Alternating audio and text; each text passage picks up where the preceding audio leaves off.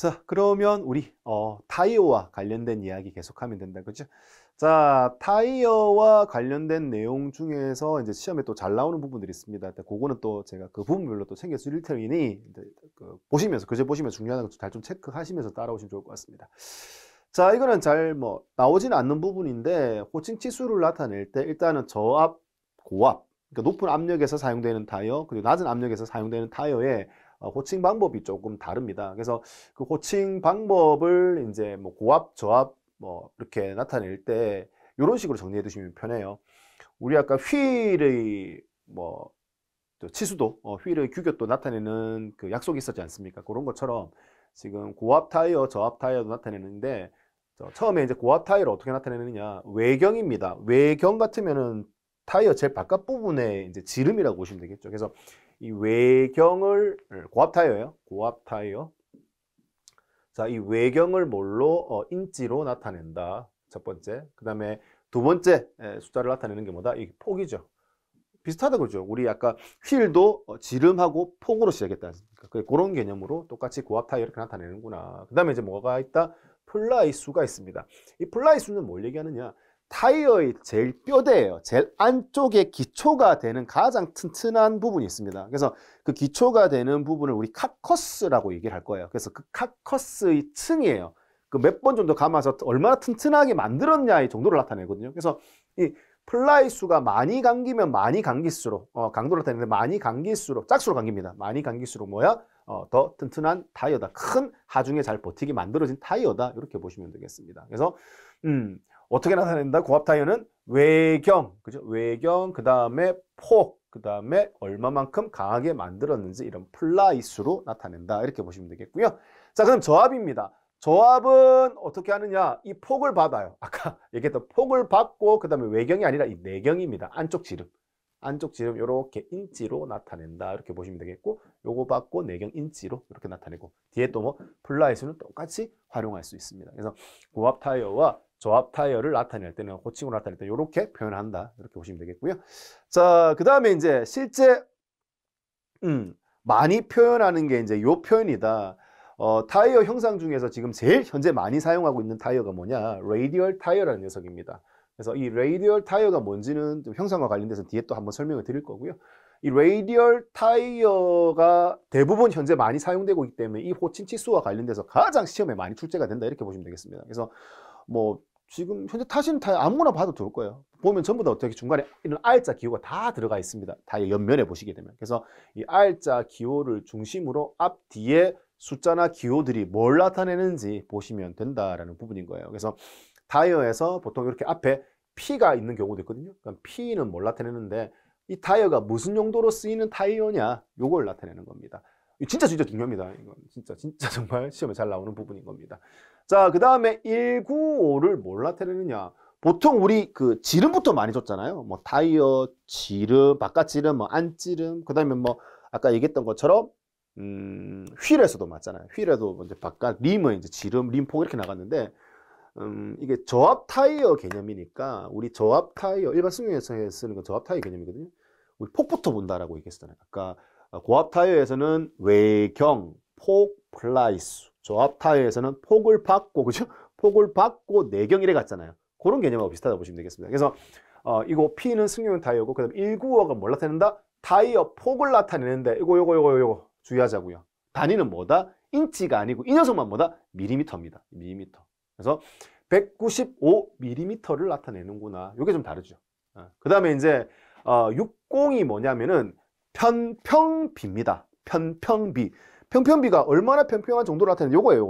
요거.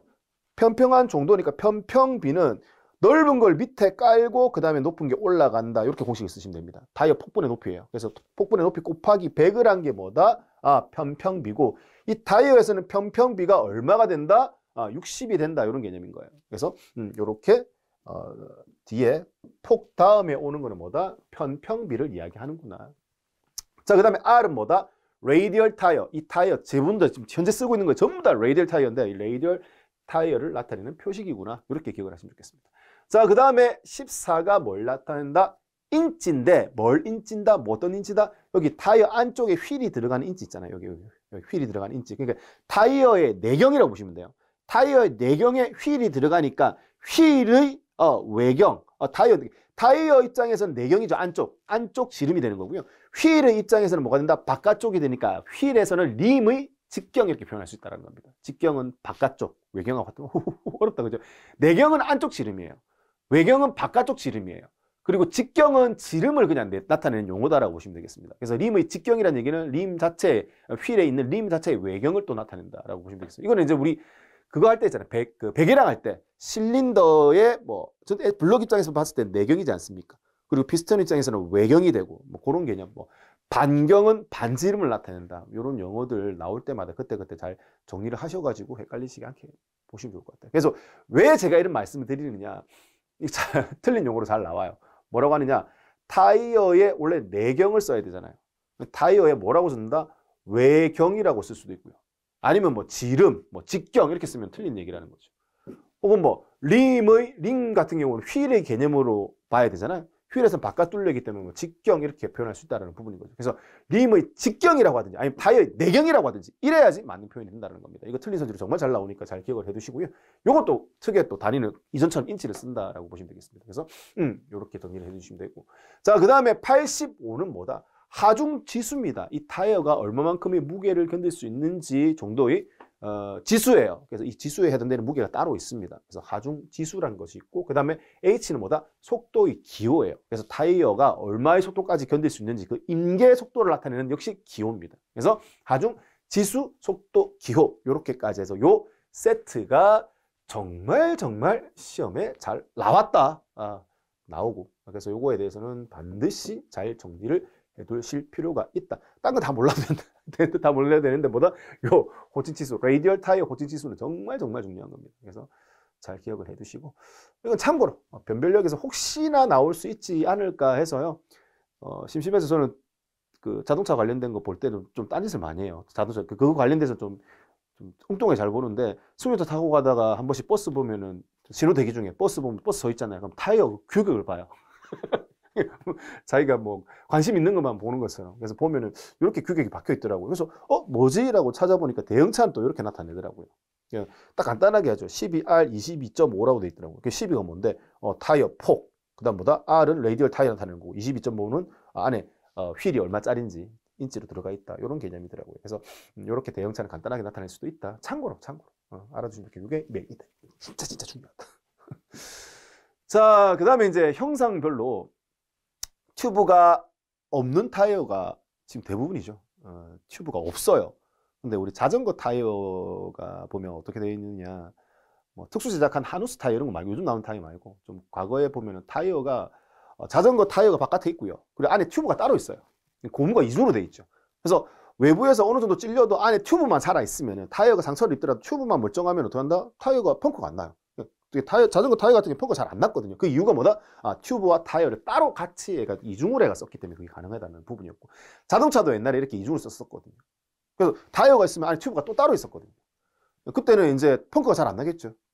대신에 이제 고무가 이중으로 들어갔기 때문에 고무 마찰에 의해서 열도 좀 많이 나고 무게도 무거워지고요. 그리고 이제 펑크가 잘 안 나지만 한번 펑크가 나면은 수리하기가 굉장히 곤란해지죠. 왜? 타이어를 벗겨내고 튜브를 수리하고 타이어 또 끼워야 되니까.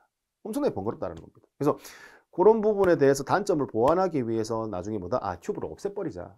튜브를 없애고 그냥 어떻게 한다? 아까 휠에서 보셨던 것처럼 휠의 플랜지 부분, 꺾어진 부분 안쪽에 어떻게 바짝 고무로 타이어를 붙여가지고 빵빵하게 만들어서 이 자체를 기미를 좀 유지하게 만들자라고 해서 튜브를 없앤 겁니다. 그래서 현재 쓰는 것은 전부 다 튜브가 없는 튜브리스 타이어를 쓴다. 이렇게 보시면 되겠습니다. 그러면 왜 없앴는데? 일단은 고무와 고무가 마찰이 없기 때문에 고속 주행할 때 발열 자체가 적어요. 요리 중요하거든요. 그리고 이제 못등이 박혀도 어떻게 공기 누출이 적습니다. 만약에 타이어가 있는데 그 정확하게 못이 꽂혔다. 그러면은 당연히 안쪽에 있는 튜브에 영향을 줄 수밖에 없거든요.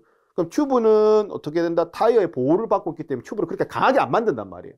그럼 못이 길게 들어와서 튜브를 딱 찔렀다? 그럼 된다? 쉽게 바람이 한 번에 빠져버려요. 그럼 어떤 개념이냐? 우리 풍선 있잖아요, 풍선. 풍선에다가 바늘로 탁 찔렀다. 그럼 바로 찢어지면 터지죠. 빵이에요. 근데 투명 테이프를 붙이고 나서 그 투명 테이프 붙인 데다가 어떻게 바늘을 조심스럽게 탁 찌르게 되면 어떻게 한다? 탁 찔렀다 빼도 터지지가 않죠. 그 붙은 테이프가 고무가 풍선이 찢어지는 걸 막아주기 때문에 어떻게 그 난 바늘이 빠진 구멍으로 어떻게 서서히 바람이 빠진다라는 겁니다. 그런 개념이에요. 그래서 튜브가 없는 대신에 타이어 자체의 강성을 더 높여서 우리 투명 테이프 바른 것처럼 가운데 어떻게 잡아줄 수 있는 벨트층, 이렇게 튼튼한 층을 만들어서 외부에서 이렇게 찌르고더라도 어떻게 바로 바람이 빠지지 않고 이렇게 서서히 빠지게끔 만들어준다는 겁니다. 그래서 못등이 박혀도 어떻게 공기 누출이 적어요. 수리도 편해요. 그 못 빼내고 고무 같은 걸 쫙 찔러가지고 우리 지렁이라고 표현하죠. 그리고 딱 찔렀다 빼면 바로 수리가 된다는 부분인 거죠. 그래서 튜브가 없기 때문에 경량이고 펑크 수리가 간단하다 이렇게 표현할 수 있는 겁니다.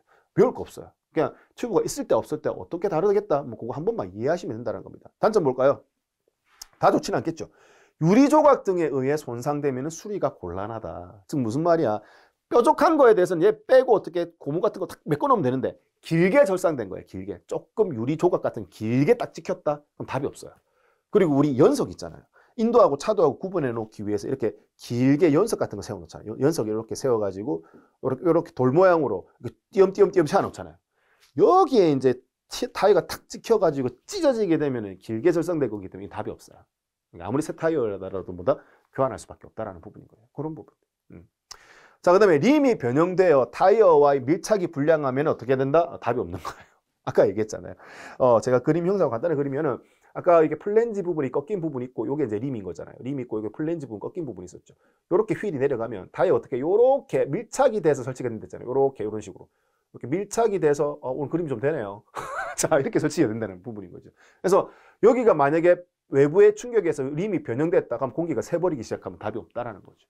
그전에는 튜브가 있으면 튜브가 어떻게 된다? 얘가 좀 변형이 있더라도 튜브가 공기압을 유지하고 있을 건데 그게 이제 안 된다는 거죠. 왜? 튜브가 없기 때문에. 구조학적으로 이해하시면 됩니다. 외울 거 없습니다.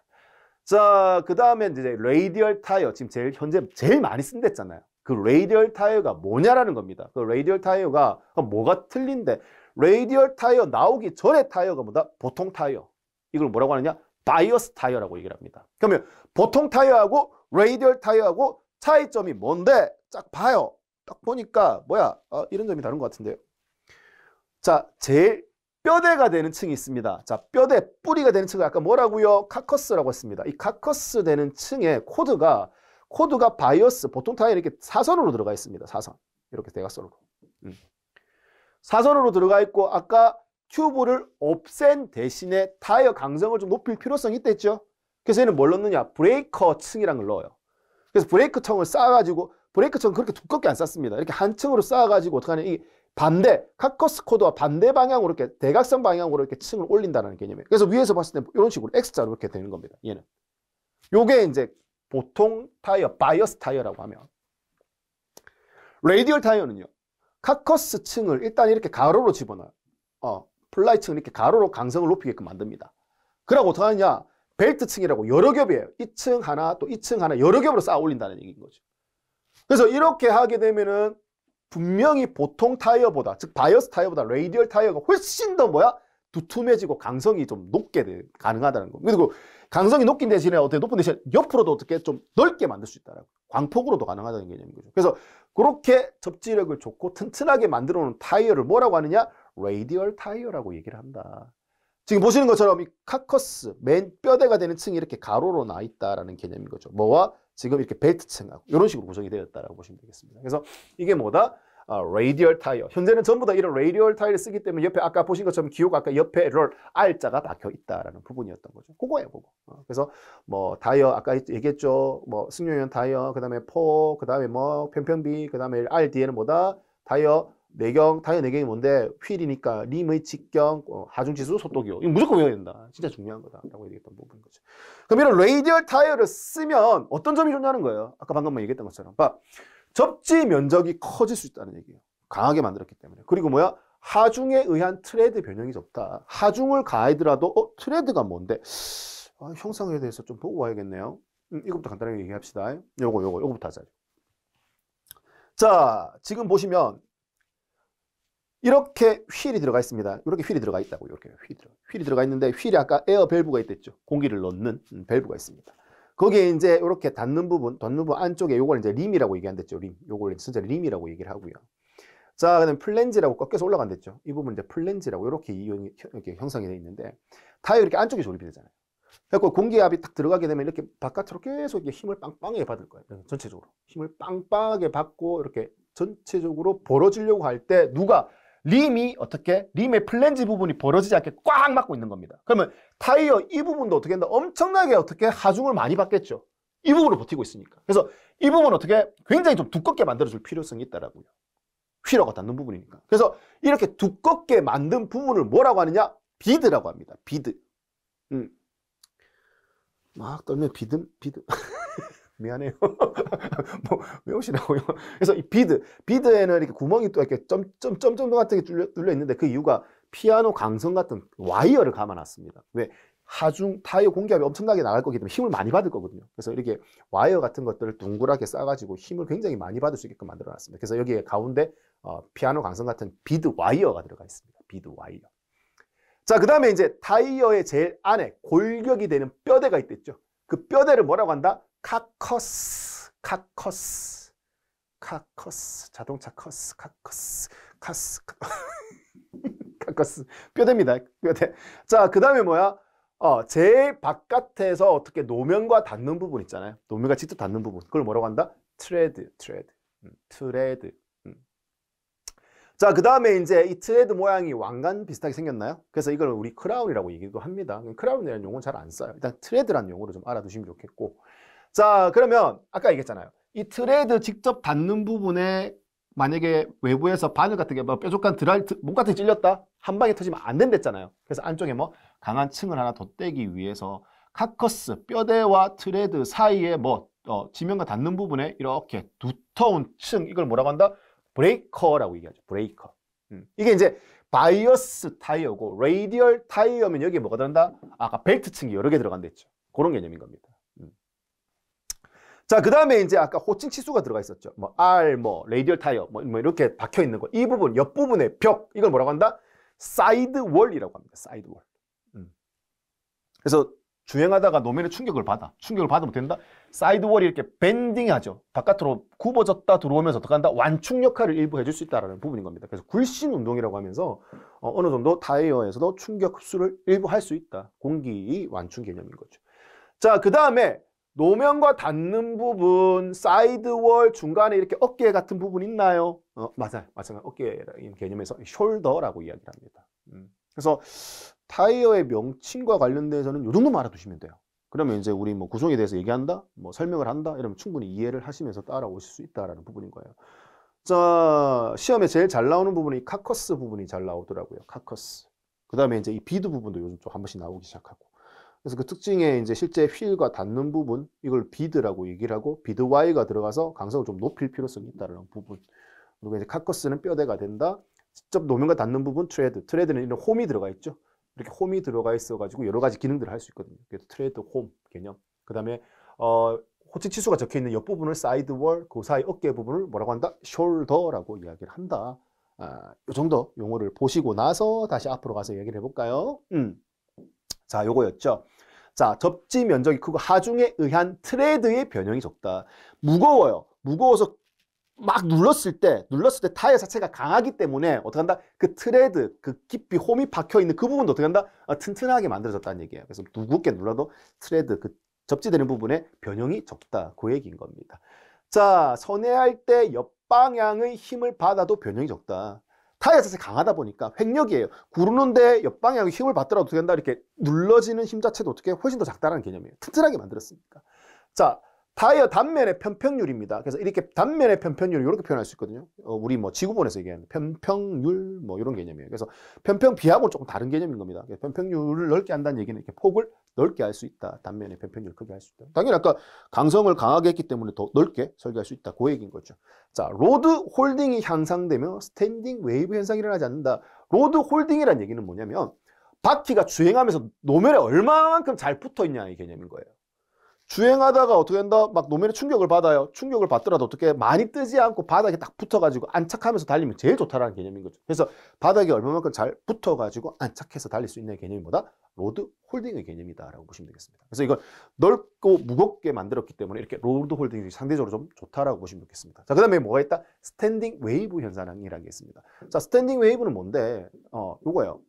요것도 시험에 잘 나오는 건데, 자, 주행을 하면서 어떻게 타이어가 노면에 의한 접지, 이 부분 때문에 마찰열이 생길 겁니다. 이 마찰열 때문에 이 뒤쪽이 이렇게 휘어지는 현상이에요. 그러면 이 스탠딩 웨이브 현상이 잘 안 생긴다며. 왜? 튼튼하게 만들었잖아요. 굉장히 벨트층을 여러 개 넣어가지고 잘 휘어지지 않게 강하게 만들었기 때문에 이런 스탠딩 웨이브 현상이 잘 일어나지 않는다. 이렇게 보시면 되겠습니다. 뭐가? 레이디얼 타이어가요. 강성이 가면 그게 좋다라는 개념인 거예요. 그래서 이런 특징을 가지고 있고요. 단점을 보시게 되면은 저속 조향 핸들이 다소 무거워진다. 폭이 넓잖아요. 그럼 핸들 돌릴 때 어떻게 접지되는 부분이 많기 때문에 어떻게 핸들 조향할 때 좀 무거워질 수 있다. 자, 그 다음에 브레이커가 튼튼하기 때문에 오히려 뭐야? 이 튼튼한 부분 때문에 충격 흡수가 좀 잘 안 되는 부분이 있거든요.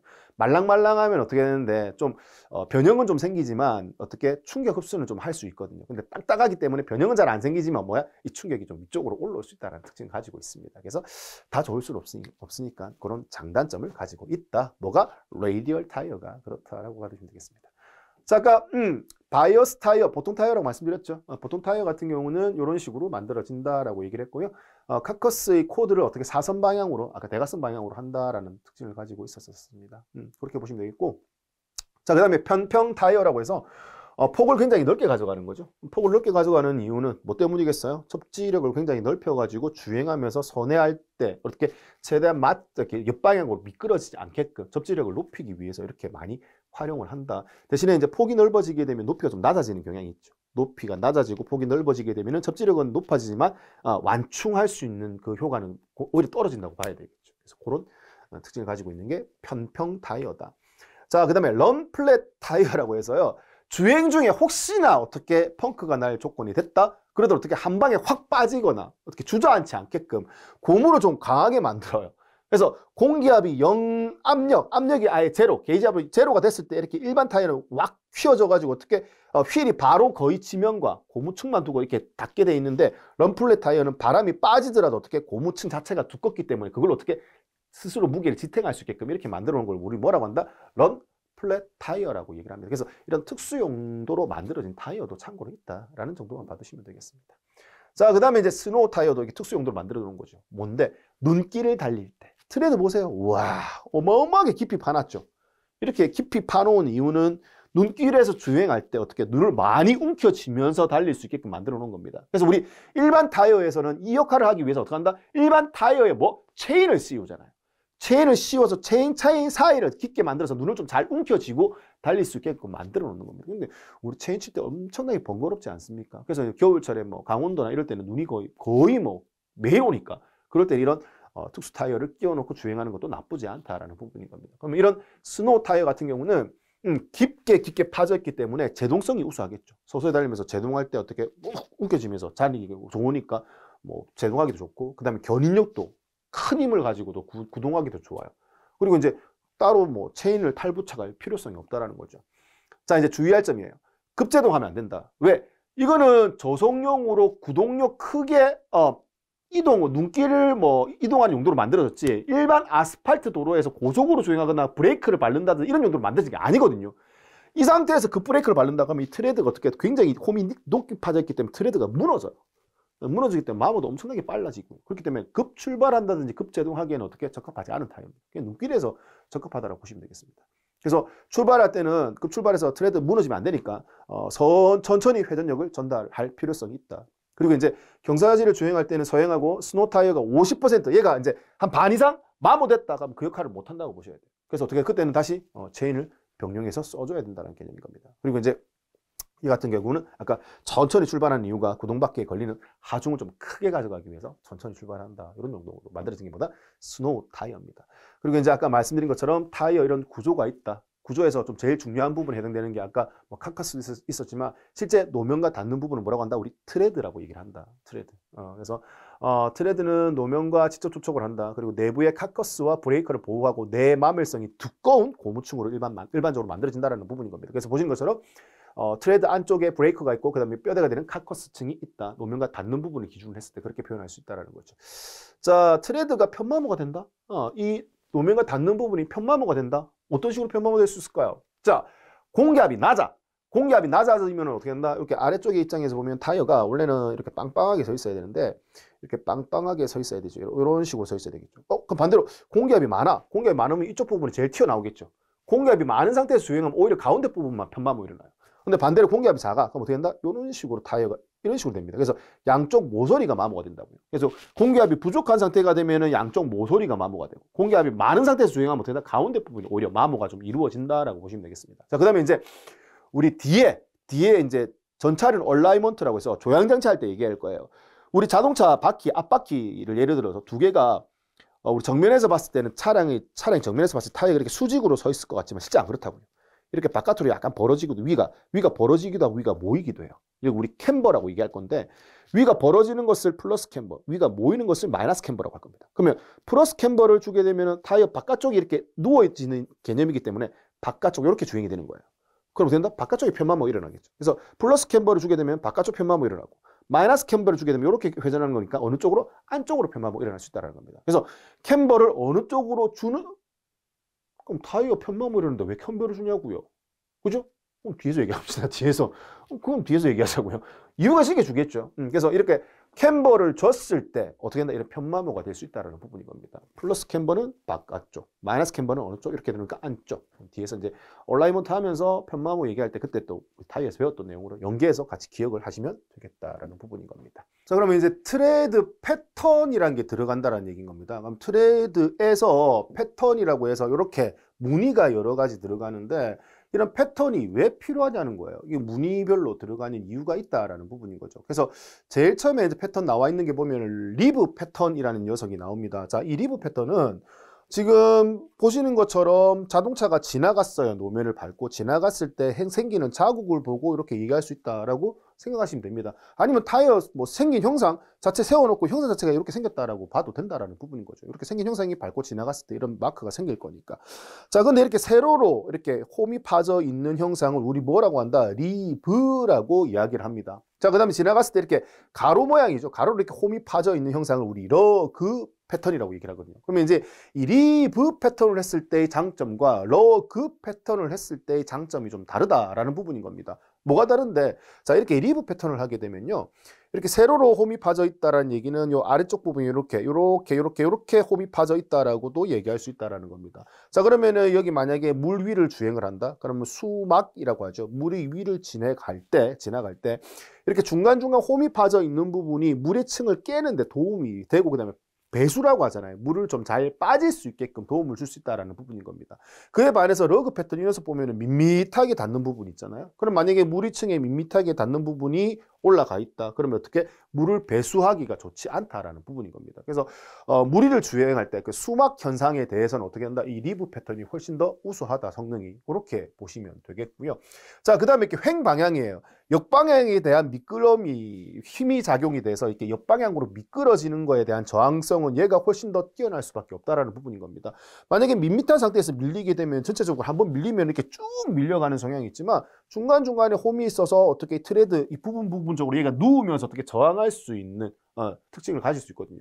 전체가 눕기보다는 이게 부분적으로 이렇게 잘려진 게 누우면서 저항하기가 훨씬 더 좋다라는 개념인 겁니다. 그래서 횡방향에 대한 저항성이 강하기 때문에 우리 핸들을 조향하면서 주행한다? 그러면 이렇게 꺾었을 때 역방향이 된 횡방향에 대한 저항성이 우수하기 때문에 그를 또 다른 말로 뭐 조향성이 우수하다라고 표현할 수 있다는 거죠. 그래서 이 녀석은 어디에 많이 쓰인다? 일반 승용차의 패턴에서 주로 많이 활용이 된다. 이렇게 보시면 되겠습니다. 자, 그럼 러그 패턴 얘는 방금 말씀드린 것처럼 수막 현상에도 약하고 횡방에 대한 저항성도 약해. 그럼 뭐가 좋은데?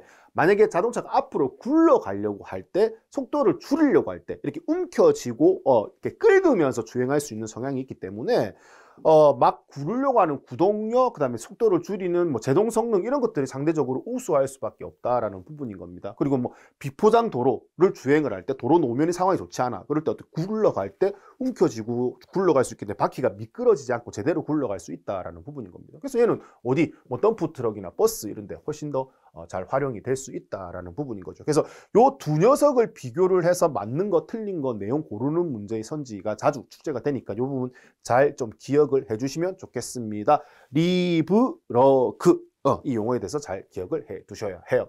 자, 그 다음에 이제 리브러그라고 해서 이 두 가지 장점을 모두 살리고 싶은 거예요. 그래서 가운데는 세로인 리브를 넣고요. 옆에는 뭐다? 가로인 러그를 넣어서 말 그대로 소형 트럭이에요. 어느 정도 속도도 필요하고 조향성도 필요하고 그러니까 이제 구동력도 필요한 녀석에 쓰이는 게 뭐다? 리브러그 패턴이다. 이렇게 보실 수 있다라는 겁니다. 자, 그 다음에 이제 뭐 사선 방향으로 안쪽을 넣어가지고 뭐 여러 방향에 대해서 저항성을 전부 다 좀 더 높이기 위해서 만들어 놓은 것이 뭐다? 블럭 패턴이다. 라고 이해를 해두시면 되겠습니다. 가장 문제가 많이 출제가 되는 거는 뭐 상대적으로 비교하기 좋은 리브와 러그 이 패턴 두 개를 많이 비교를 해서 출제를 한다. 이렇게 기억을 해두시면 좋겠고 이건 요거와 관련돼서 연이어서 이렇게 필요성을 정리하면 훨씬 더 편하게 접근을 하실 수 있다라는 부분인 거죠. 자, 앞에서 얘기 드렸던 것처럼 자, 타이어의 전진 방향이에요. 막 굴러가려고 할 때는 러그가 우수하다라고 말씀드렸잖아요. 거기에 대해서 뭐 굴러갈 때 미끄럼을 방지할 수 있고 역방향에 대한 저항성을 리브라고 했잖아요. 리브가 좋다라고 말씀을 드렸던 부분인 거잖아요. 그래서 이거를 적절히 잘 활용을 하게 되면 이 저항성을 전부 다 가질 수 있게끔 해서 미끄러지는 것을 방지할 수 있다라는 겁니다. 자, 그 다음에 이제 열이 생겼어. 노면의 접지력 때문에 열이 발생이 됐을 때 중간중간에 방열핀 역할을 하는 것처럼 공기층이 들어갈 수 있으니까 어떻게 된다? 열을 방출할 수 있는 효과도 뛰어날 수 있다라는 겁니다. 자, 그 다음에 이제 타이어가 이제 크레이가 찢어졌다라는 부분인 거죠. 그래서 우리 유리 용접 들어보셨습니까, 혹시?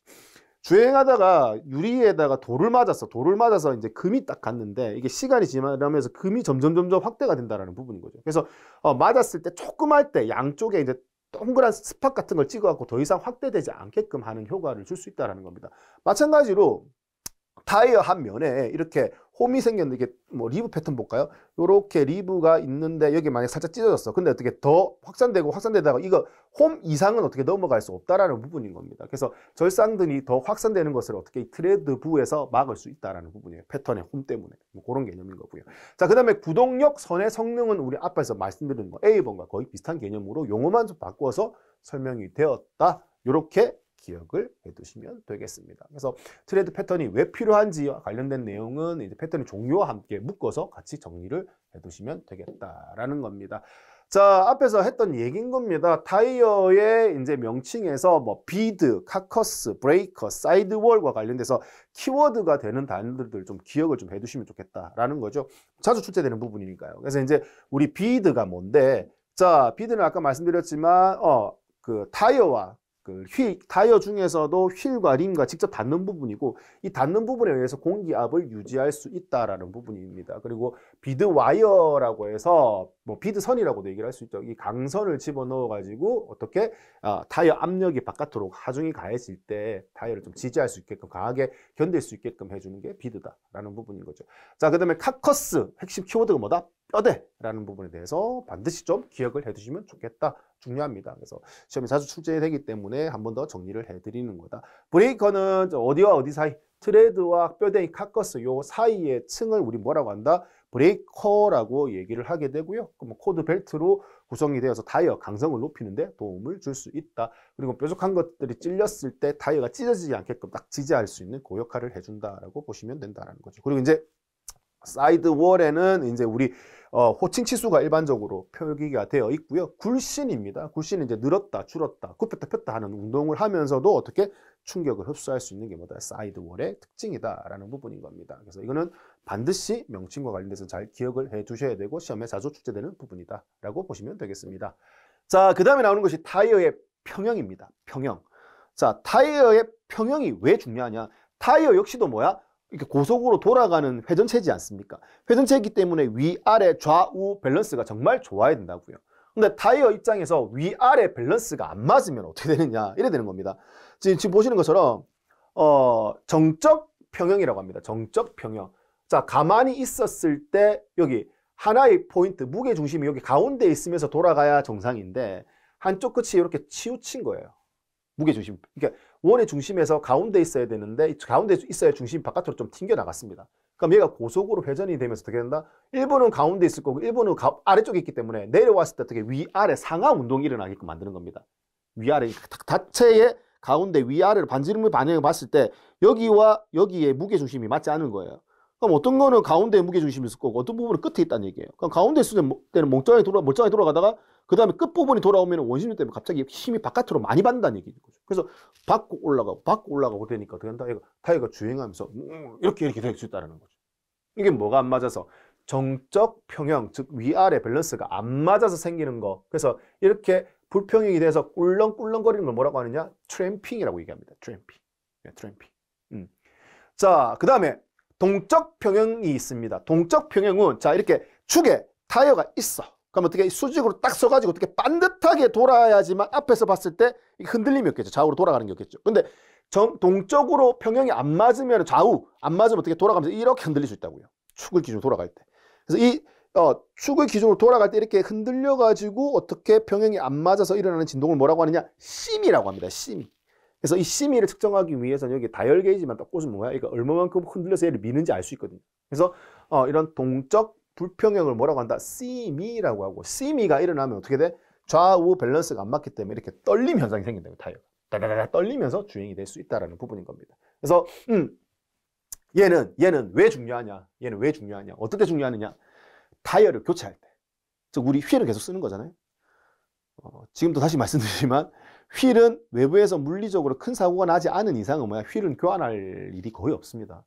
내가 뭐 휠을 좀 더 이쁜 거를 보기 이쁘게 하기 위해서 내 고가의 돈을 일부러 투자해서 휠을 바꾼다는 건 몰라도 웬만하면 휠 교환할 일이 거의 없습니다. 일반적으로 주행하시다가는. 그래서 그런 부분 참고로 좀 알고 계시면 되겠고, 휠에서 이제 타이어는 주기적으로 교환을 하죠. 타이어 이제 마모도가 다 되면 교환을 해야 된다. 그럼 타이어는 언제 교환을 하는데? 타이어 아까 여기 홈 있잖아요. 홈. 아까 트레드라고 했잖아요. 트레드 이렇게 제일 깊은 홈이 있습니다. 이 리브, 전형적인 리브 패턴이라고 보시면 되겠죠. 이게 러그네요. 리브로 쭉 가다가 어떻게 한다? 이렇게 가운데 따라가다 갑자기 툭 튀어나온 부분이 있어요. 이게 갑자기 툭 튀어나온 부분이 뭐냐면은 바닥 제일 아래쪽이에요. 바닥 제일 아래쪽에서 여기 툭 튀어나온 게 요 높이 차이가 얼마냐? 1.6mm입니다. 요거 진짜 중요합니다. 시험 잘 나옵니다. 1.6mm가 튀어나왔고 얘를 인디게이터 표식으로 써요. 표식으로. 즉 무슨 말이야? 마모되면 바깥이 달아 없어지겠죠. 달아 없어지고 낮아지면 어떻게 된다? 이 인디게이터 표시까지 일치할 때까지 타면 돼요. 그럼 뭔데? 얘가 일치되는 순간 제일 깊은 데서 1.6mm 떨어져 있을 때거든. 그럼 교환하는 거야. 그래서 트레이드 홈의 깊이가 1.6mm 이하가 되면 교환이 되는 거죠. 자, 이렇게 교환을 할 때 타이어를 뺐어. 타이어를 휠에서 빼면은 휠 자체에 무게 중심이 있을 거예요. 다른데 좀 치우친 거. 그리고 타이어 자체도 뭐야? 무게 중심이 조금 안 맞아요. 그러면 이 안 맞는 녀석을 둘이 조립을 했단 말이에요. 새로. 그럼 뭐다? 다시 밸런스를 잡아야 돼. 조립했을 때. 그래서 그걸 휠 밸런스라고 얘기를 합니다. 그래서 타이어를 교환하게 되면은 어떻게 되는데 휠 밸런스 장치에 꽂아가지고 타이어를 어떻게 고속으로 돌리는 겁니다. 고속으로 돌았을 때 얘가 위아래 상하 진동은 없는지 좌우 진동은 없는지 즉 트램핑은 없는지 심의는 없는지 테스트를 하는 겁니다. 그래서 이 진동이 일어나지 않게끔 평형추 밸런스 웨이트 우리 추진추처럼 똑같이 붙여가지고 어떻게 평형을 잡아요. 그걸 안 하면 어떻게 되느냐? 그걸 안 하면 고속으로 주행할 때 한 80km에서 120km 그 사이에 100km를 전후로 해가지고 핸들이 달달달 떨려요. 왜? 타이어가 떨어요. 실제. 그래서 타이어를 바꾸고 나서 고속으로 주행하는데 핸들이 떨린다 주기적으로. 그럼 10중 8구 뭐야? 휠 밸런스를 제대로 보지 않았다라는 개념인 겁니다.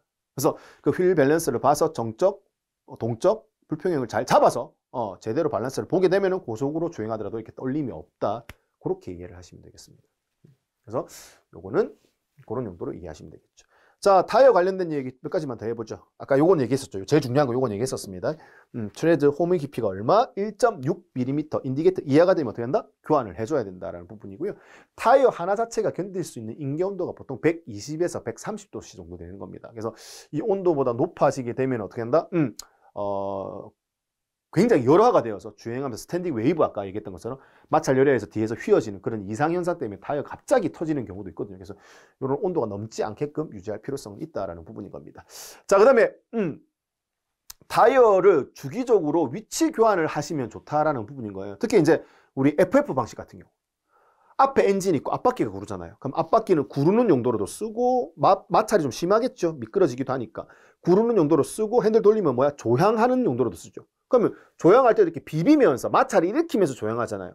구르면서 마찰, 비비면서 조향하면서 마찰. 그렇기 때문에 앞쪽 타이어가 훨씬 더 빨리 닳을 수밖에 없어요. 그리고 무게도 앞쪽 타이어 훨씬 더 하중이 많이 가해져 있거든요. 그러면 일시적으로 한 10,000km, 20,000km 탔다? 그럼 어떻게 된다? 당연히 앞바퀴에 마모가 심할 겁니다. 그럼 좀 과장돼서 얘기하면 앞바퀴가 마모가 심하다는 얘기는 앞바퀴의 타이어 지름이 그만큼 얼마만큼 마모된 만큼 작아졌다고 표현할 수 있잖아요. 그 얘기예요. 그럼 실제 앞바퀴는 좀 작아졌고 뒷바퀴는 크다라면 이렇게 위치차도 안 맞겠죠. 그래서 이제 한 10,000km, 이 10,000km가 뭐냐면 엔진 오일 교환 주기라고 보시면 돼요, 요즘. 그래서 엔진 오일 교환할 때 위치 교환 해주세요 하면 앞, 뒤 타이어 위치 교환 정도는 해주시는 게 좋아요. 그럼 뒤에 멀쩡한 게 다시 올라와가지고 또 앞쪽에 또 마모가 되니까 앞뒤 이렇게 위치 교환하면서 내 타이어를 골고루 마모시켜서 한 번에 교환하는 게 가장 이상적인 겁니다. 원래 뭐 2개씩 교환해도 크게 상관은 없지만 이왕지사 교환할 거라면 같이 좀 마모도를 높여서 한꺼번에 교환하는 것이 가장 이상적이니까 이렇게 진행하시는 게 좋다라는 부분인 거예요. 자, 그 다음에 이제 유지하실 때 공기 압력을 규정대로 넣어주시는 게 좋다. 공기 압력이 부족한 상태에서 주행하게 되면 타이어 마모도도 심해지고요. 기름도 많이 먹어요. 그렇기 때문에 뭐 경제적인 부분 안전을 생각한다라면 뭐 아까 타이어 공기압이 부족할 때 어떻게 주름도 많이 생기거든요. 스탠딩 웨이브 이런 이상 현상이 많이 생기거든요. 그렇기 때문에 규정 공기압으로 웨이브를 하고 급 하지 말라고요.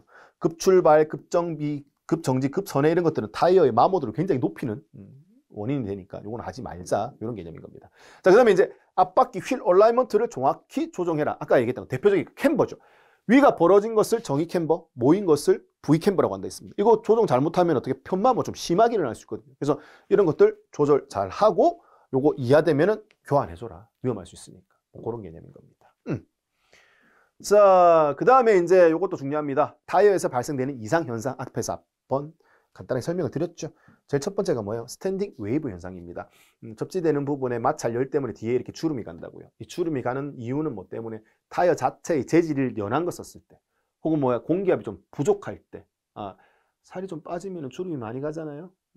그런 개념이라고 보시면 되겠어요. 그래서 공기압이 빠지거나 타이어가 약할 때 이렇게 주름이 생기면 이렇게 웨이브 지고 그 다음에 이 웨이브가 채 풀리지 않은 상태에 또 물리고 그러면 진짜 이렇게 진동이 커집니다. 순간적으로. 그러다 순간적으로 그걸 견디지 못해서 이렇게 타이어가 찢어지기도 합니다. 그 부분이. 그래서 한꺼번에 주저앉을 수 있기 때문에 굉장히 위험합니다. 그래서 이런 스탠딩 웨이브 현상이 일어나지 않게 하기 위해서는 어떻게 하면 되는데 주름을 펴주면 되잖아요. 어떻게? 살을 찌워서요. 그래서 어떻게? 공기압을 10에서 15% 정도 더 높이는 것이 좋다라는 개념이에요. 요런 고속주행할 때 특히 이렇게 높여주면 좋겠죠. 아니면은 아까 얘기했던 것처럼 레이디얼 타이어를 써라. 그 레이디얼 타이어가 뭔데? 바이어스 타이어, 보통 타이어죠. 걔보다 뭐야? 강성이 더 높다 했잖아요. 주름이 잘 안 가요. 피부가 단단하기 때문에. 그래서 뭐야? 강성이 큰 타이어를 사용하면 된다라는 개념이죠. 자, 그 다음에 전동, 구를 때 저항이 생기면은 마찰열이 생기니까 이걸 최대한 감소시키고 될 수 있으면 뭐야? 저속으로 주행하는 것이 좋다. 이런 것들이 뭐 전부 다 이런 이상 증상인 스탠딩 웨이브 현상을 막을 수 있는 방법 중에 하나다. 진짜 이것도 잘 나옵니다. 시험 잘 나옵니다. 요거 함께 요것도 잘 나오죠. 하이드로플레이닝. 이거 잘 못 들어봐서 우리 수막 현상은 많이 들어보셨을 겁니다. 막 비가 오기 시작했어. 그래서 어떻게 흙들이 질퍽질퍽해졌어. 특히 더 그때 심하고요. 근데 비가 많이 올 때도 마찬가지고. 그래가지고 어떻게 되는데 수막만큼 물의 막만큼 어떻게 타이어 공중에 떠 있는 상태입니다. 접지되지 못하고. 그런 상태에서는 어떻게 되는데 급브레이크를 밟는다 그러면 미끄러진다. 앞으로 미끄러지고 옆으로 미끄러지고 제어하기가 엄청나게 힘들어질 수 있다는 부분인 겁니다. 그래서 그런 수막 현상을 방지하려면 어떻게 하면 된다? 트레드 마모가 적은 타이어를 사용을 해라는 개념인 겁니다. 그래서 트레드 마모가 적다라는 얘기는 마모가 안 된 만큼 그대로 날이 잘 서 있겠죠. 층이 두껍게 홈이 잘 파져 있고. 그러면 아까 리브 패턴 말씀드렸을 거예요. 리브 패턴이 홈이 제대로 살아 있으면 중간에 물의 층을 깨기가 좋다라는 개념인 겁니다. 그렇기 때문에 수막이 잘 일어나지 않겠죠. 그래서 이렇게 마모가 적은 걸 쓰든지 아니면 뭐야? 감속하는 게 제일 좋죠. 비 올 때는 저속으로 주행하고. 그리고 이것도 뭐야? 타이어 공기압을 조금 더 높이는 것이 날을 좀 날카롭게 만들어서 물의 층을 깨기가 좋다. 이렇게 이해하시면 되겠습니다. 자, 그 다음에 카프형 패턴을 사용해라. 카프가 뭔데? 우리 장화 바닥을 보시면 돼요. 장화. 신발 비 올 때 보면 신발 장화가 이렇게 생겼는데 V자 생겼죠. V자가 생긴 이유는 아까 물이 있으면 물 밟을 때 물층 깨기가 좋잖아요. 이렇게 밟을 때. 그래서 이런 걸 카프형이라고 하는데 이렇게 하게 되면은 당연히 수막 현상 잘 일어나지 않을 거고요. 그 다음에 쉐이빙 가공에서 어떻게 표면에 좀 방수 처리가 돼서 물이 좀 잘 안 묻게, 잘 떨어지게끔 물이 잘 이렇게 우리 뭐 방수옷 뭐 이런 개념이겠죠. 잘 떨어낼 수 있게끔 물을. 그래서 그렇게 가공하면 좋겠다라는 부분인 겁니다. 자, 리브하고 러그 중에서 하나를 선택해라. 카프가 좋긴 좋은데 그게 아니라 리브나 러그 중에 선택하라면 뭐 낫다? 아까 얘기했던 것처럼 요거 뭐? 리브가 낫다고요. 러그는 아까 뭐랬어요? 러그는 어떻게 이렇게 움켜지기 때문에 물이 층대에 떠가지고 미끄러질 확률이 높다고 했죠. 그래서 수막 현상을 줄이려면 반드시 뭐? 리브를 쓰라고. 러그를 쓰면 어떻게 된다? 수막 현상은 더 잘 일으키게 된다라는 겁니다. 그래서 여기에서도 뭐다? 리브와 러그를 구분할 필요성이 있다라는 부분인 거예요. 그거예요, 그거. 그래서 이렇게 정리를 해두시면 되겠습니다. 자, 그러면 이제 아까 말씀드렸던 것처럼 공기압이 낮으면 문제가 생길 수 있잖아요. 그럼 공기압이 낮을 때 어떤 문제가 생길 수 있느냐라는 부분인 거예요. 아까 대부분 설명이 됐습니다. 자, 노면의 접지 면적이 넓어지겠죠. 펑퍼짐해지니까. 접지 면적이 넓어져요. 그러면 어떻게 된다? 굴러갈 때 넓게 접지가 된 상태에서 굴러가니까 저항이 증가하겠죠. 진동도 증가할 거고 어떻게 열도 증가할 겁니다. 그러면 어떻게 된다? 저항이 커지니까 굴러갈 때 동력 소모가 많을 겁니다. 기름을 많이 먹을 겁니다. 거기에다가 타이어 어떻게 마모도도 커지겠죠. 마모도 빨리 됩니다. 거기에 마모 되는데 어느 부분이 아까 바깥쪽에 접혀 있기 때문에 바깥쪽 마모가 심해진다. 심해진다. 그다음에 이제 발열하고 진동 똑같이 커지겠죠. 그러면 결과적으로 어떻게 되는데 스탠딩 웨이브 현상이 일어날 수 있다는 개념인 겁니다. 그러면 스탠딩 웨이브 현상이 일어나가지고 어떻게 되는데 아까 얘기했던 것처럼 고속 주행하다 타이어가 어떻게 터질 수도 있다는 얘기죠. 굉장히 위험합니다. 공기압이 부족하게 되면. 그래서 다를 때는 현가 한쪽만 빠졌어. 그럼 어떻게 충격받았을 때 현가가 이상하겠죠. 제동할 때도 마찬가지 한쪽으로 기울게 되고 구동할 때도 쏠림 현상이 생길 겁니다. 이런 것들이 다 틀어진단 말이에요. 밸런스가 안 맞다는 얘기고. 그 다음 어떻게 장기간 주차했어. 이런 거죠. 타이어가 이렇게 있는데 장기가 이렇게 공기압이 없는 상태에서 이렇게 펴지겠죠. 펴진 상태에서 주행을 해가 타이어가 어떻게 된다? 이렇게 변형이 돼버린 거예요. 그리고 안쪽에 뭐 카커스 밑에 이제 강하게 주기 위해서 벨트층 있잖아요. 벨트층. 이 벨트 자체가 이렇게 변형이 될 수 있다. 그러니까 다시 공기압을 넣더라도 이 부분은 안 펴져요. 이미 변형이 됐기 때문에. 그래서 얘를 측면에서 위에서 보면 타이어가 이렇게 됐을 때 여기가 이제 평평하게 면처럼 바뀌어버린다고요. 그러면 얘가 주행하면서 어떻게 된다? 나머지는 둥근데 이쪽 부분 올 때마다 더그덕 갑자기 탁 주저앉으니까 타이어 면 부분이. 그래 되면서 되는 부분이 평평해서 점 생기는 현상. 플랫스포트 현상이 생기게 되면 주기적으로 진동하게 되죠. 장기간 주차하게 되면. 그래서 이런 모든 이상의 원인들이 전부 다 뭐가? 공기압이 부족할 때 생길 수 있다는 부분인 겁니다. 그래서 이제 우리 공기압이 부족한 부분에 그걸 대비하기 위해서 이제 이 부분을 어떻게 하면 좋을까? 공기압 부족한 부분을 좀 미리 좀 알 수 없을까라고 해서 만든 게 뭐다?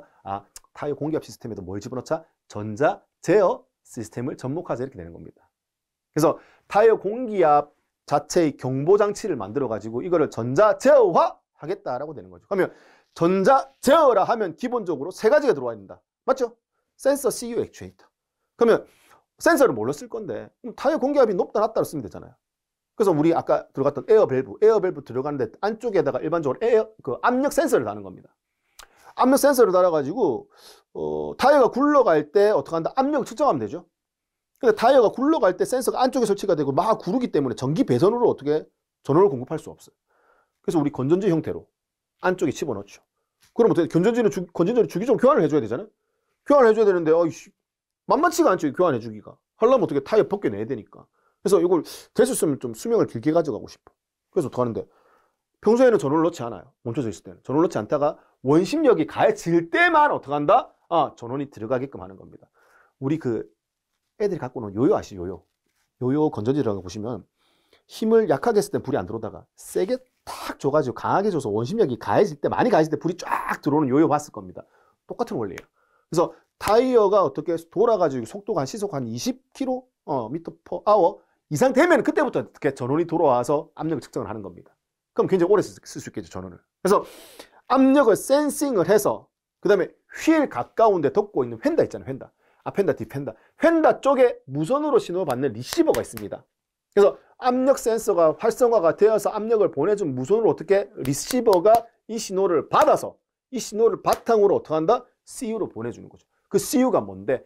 타이어 압력을 모니터링하는 시스템. 줄여서 뭐라고 한다? TPMS라고 하죠. 그래서 이 TPMS CU로 보내주면 이 TPMS CU가 그 신호 받아가지고 압력이 정상일 땐 괜찮아. 가만 놔둬도 돼요. 정상이니까. 근데 뭐야? 지가 가지고 있는 값의 규정값보다 20% 이상 떨어지게 되면 어떻게 한다? 아, 공기압 부족해요. 알려줄 필요성이 있죠. 그래서 그 알려주기 위해서 계기판에 경고등을 띄우든지 아니면 경고음을 울리든지 이게 뭐다? 액추에이터가 되는 거죠.